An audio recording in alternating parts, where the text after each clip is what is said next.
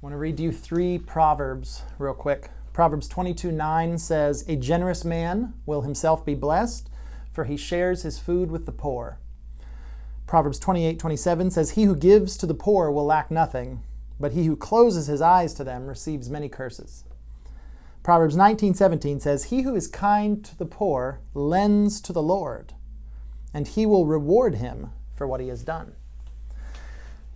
One thing we see in these Proverbs and in other places in the Bible is that God wants his people to show compassion on poor people.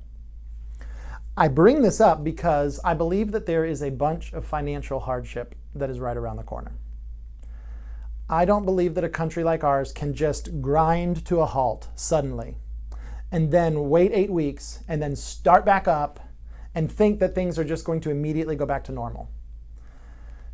In the meantime, there are going to be companies that go out of business. There are going to be people who lose their jobs. There are going to be people who lose their housing. And so my advice is, if you are not doing it already, start setting aside money now.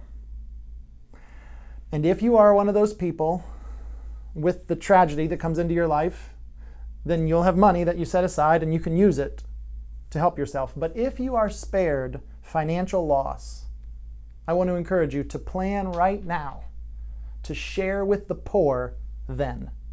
Start setting aside money now with the intention that the money I'm setting aside now is going to be money that I help people who are having a financially difficult time then.